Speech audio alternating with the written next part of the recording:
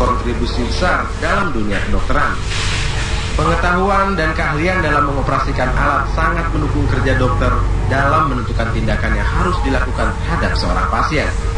Namun hingga kini profesi yang berkontribusi besar tersebut belum banyak dikenal.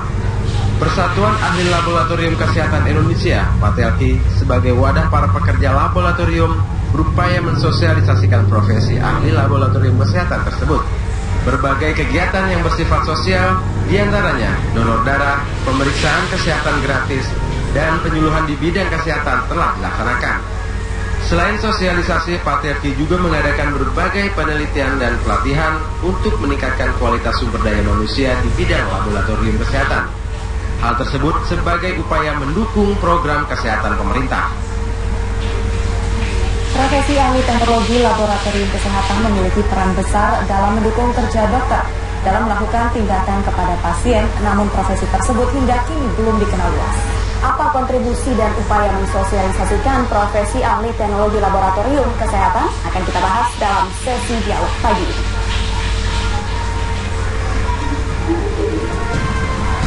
Ini pasang di sini di TV.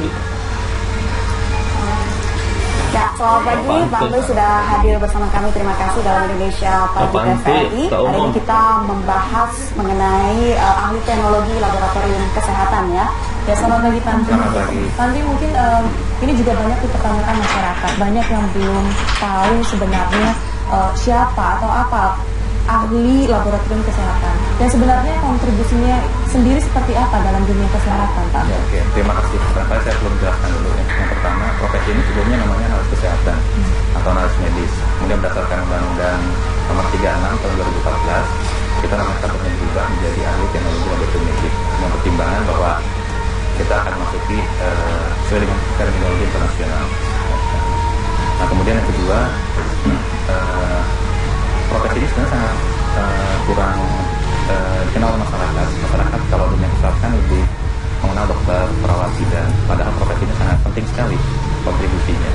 Berdasarkan hasil penelitian, 70-80% diagnosis dokter itu berdasarkan hasil pemeriksaan laboratorium. Dan dari sana 60-70% justru ditentukan dari hasil laboratorium.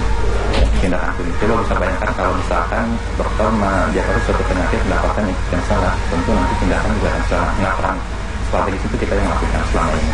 Tapi ahli laboratorium itu sendiri termasuk dokter juga bukan Pak? Bukan, kita beda. Ya, jadi kita menghasilkan hasil pemeriksaan laboratorium, kemudian nanti hasil dari kita itu merupakan input untuk dokter dalam melakukan suatu tindakan.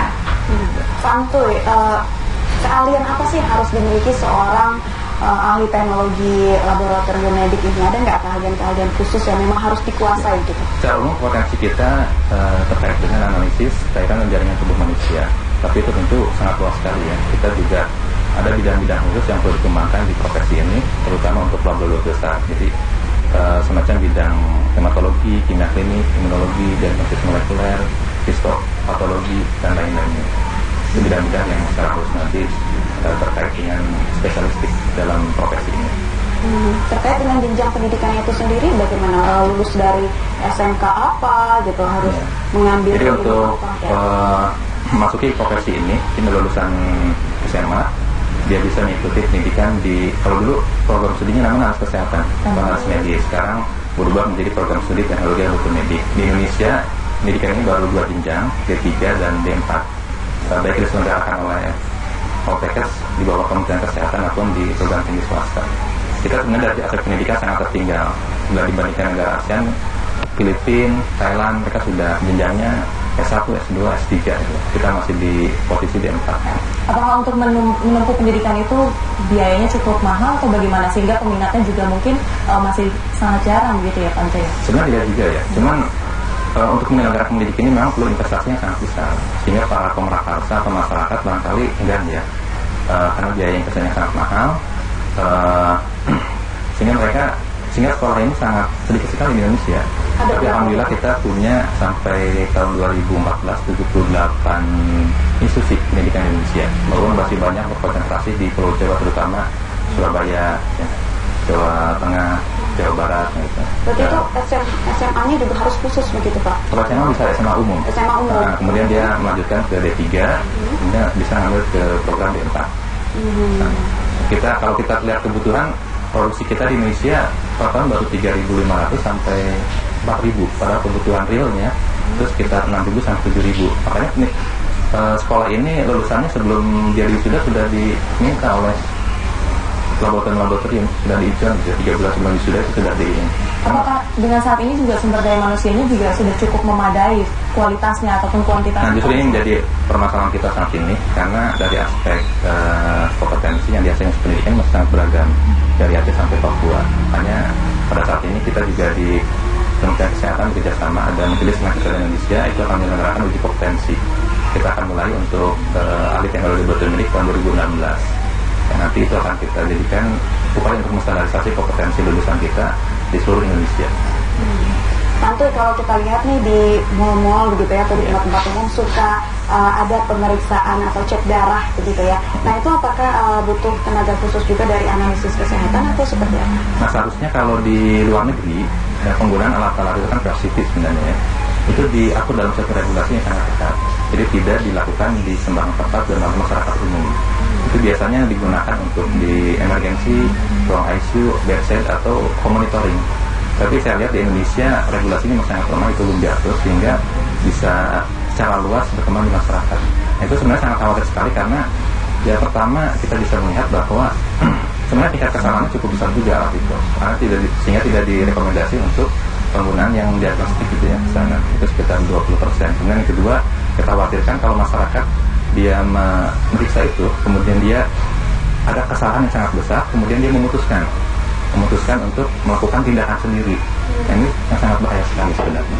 Jadi kalau dari segi standarisasi alatnya sendiri bagaimana Pak? Nah kalau selama ini saya lihat operatornya itu ya, menggunakan hal itu bukan dari profesi kami, ya profesi kami bukan dari profesi kami, sehingga sebenarnya kan penggunaan tidak hanya sebatas kita mengambil satu tetes darah kemudian diperiksa di alat semacam misalkan gula darah gitu ya, tapi harus diperhatikan aspek maintenance-nya, penyimpanannya, aspek quality control-nya dan segala macamnya. Itu yang tidak dilakukan barangkali saat ini apabila tidak dilakukan oleh tenaga yang memiliki kompetensi dan kewenangan dalam bidang itu. Apakah ada risikonya kalau dari pemeriksaan yang secara gratis di mal-mal seperti itu? Nah justru itu, kalau misalkan itu kan sebenarnya tingkat kesalahan sangat besar juga. Jadi kalau misalkan ada suatu kesalahan ya terjadi, kemudian masyarakat tidak tahu ya, masyarakat awam, kemudian dia misalkan dia periksa asam urat saya tinggi misalkannya dari hasil tes itu, padahal itu karena ada kesalahan misalkan, kemudian dia mengkonsumsi apa gitu ya, obat gitu yang akhirnya dia memiliki dampak sendiri, itu kan sangat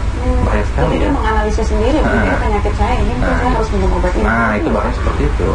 Padahal sebenarnya alat itu tidak direkomendasikan untuk diagnosis ya, untuk screening aja sebenarnya. Jadi kalau misalkan penderita diabetes, dia monitoring di rumah sebelum mengkonsumsi atau ingin mengecek kadar gula darahnya, kemudian dia periksa dengan alat itu, kemudian misalkan tinggi, nah dia langsung bisa konsultasi dengan dokter gitu. Nah dokter nanti bisa melakukan pemeriksaan lebih lanjut di rumah sakit atau di laboratorium dengan alat yang tingkat akurasi deteksinya lebih baik lagi gitu. Nah Pak, Tante kalau di rumah sakit terkadang suka berbeda nih, tiap rumah sakit hasil lab kadang suka berbeda. Sebenarnya bagaimana? Kenapa hal itu bisa terjadi Pak? Nah itu sebenarnya banyak faktor ya. Banyak faktor. Salah satunya yang mempengaruhi ini metode pemeriksaan. Nanti metode kan terkait dengan alat yang digunakan. Kalau bicara metode itu ada tingkat sensitivitas dan spesifitas. Jadi mungkin saja misalkan kadar tertentu dalam tubuh seseorang dia sekitar 50 misalkan. Kemudian diperiksa di suatu laboratorium A, kemampuannya dia misalkan hanya 60, sehingga dia tidak mampu mendeteksi dalam kadar yang 50. Ya, bukan berarti negatif ya kemampuan dari metode itu.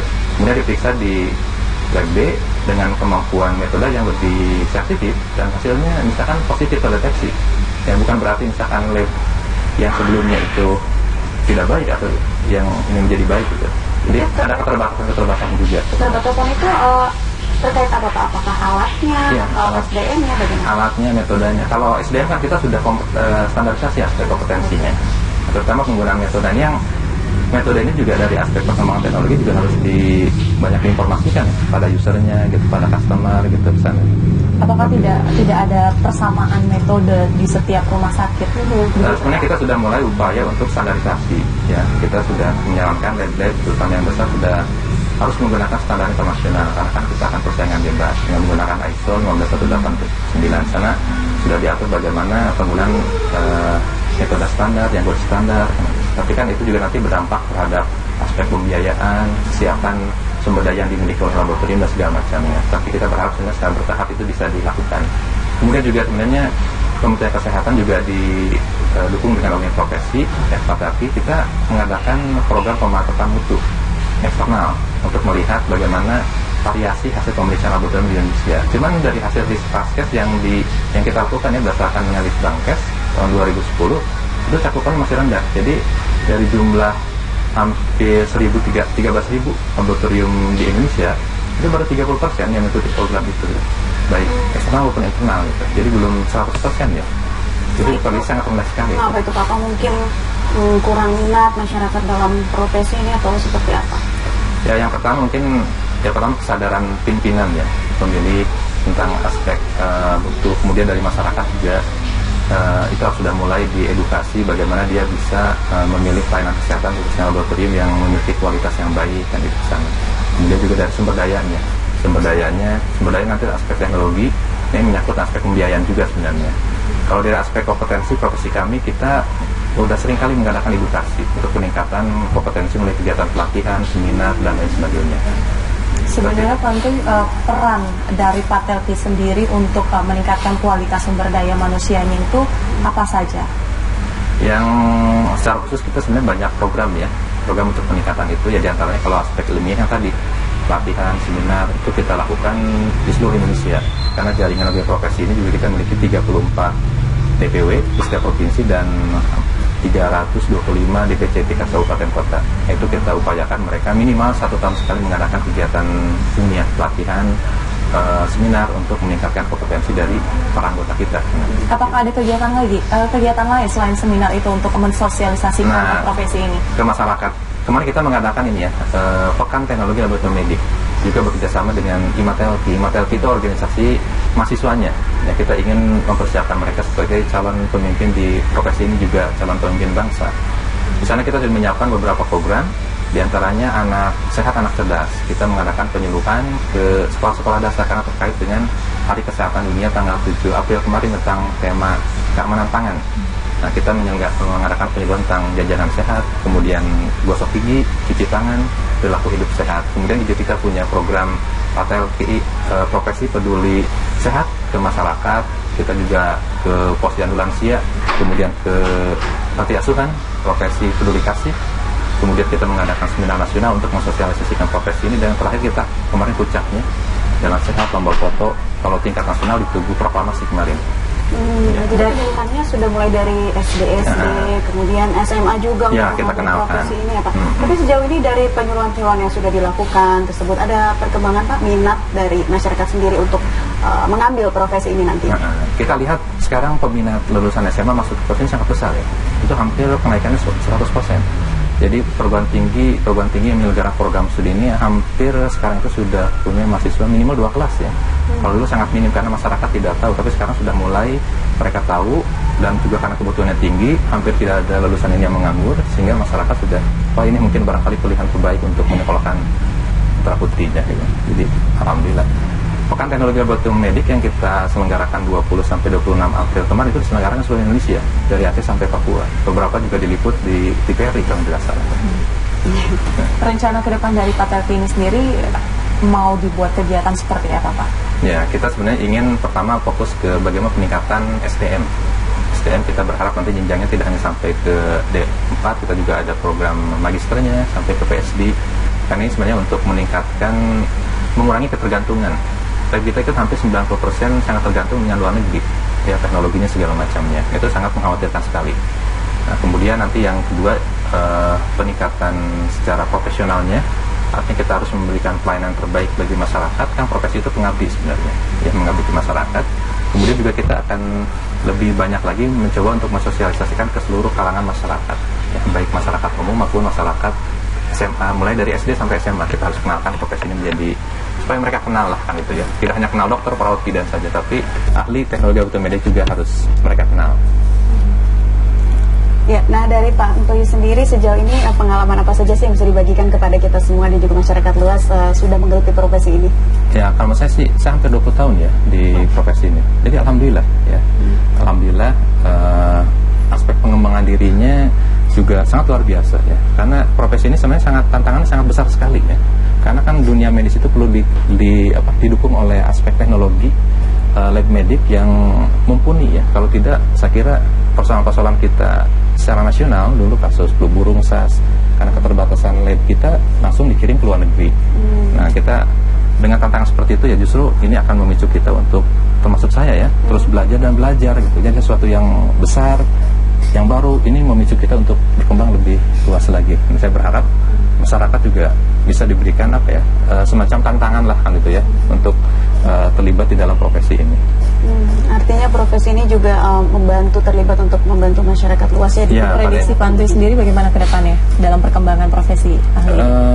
Saya kira sangat luar biasa, sangat luar biasa. Kalau kita lihat persebaran sekarang sudah mulai merata, dari aspek distribusinya, dari Aceh sampai Papua kita sudah mulai, profesi ini juga sudah mulai menggeliat ya di masyarakat ya, mulai tidak hanya aspek kegiatan-kegiatan internal, sudah mulai memasyarakat secara umum ya.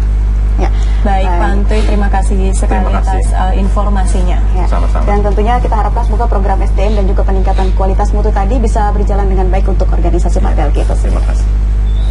Baik saudara, demikian Dialog Indonesia Pagi.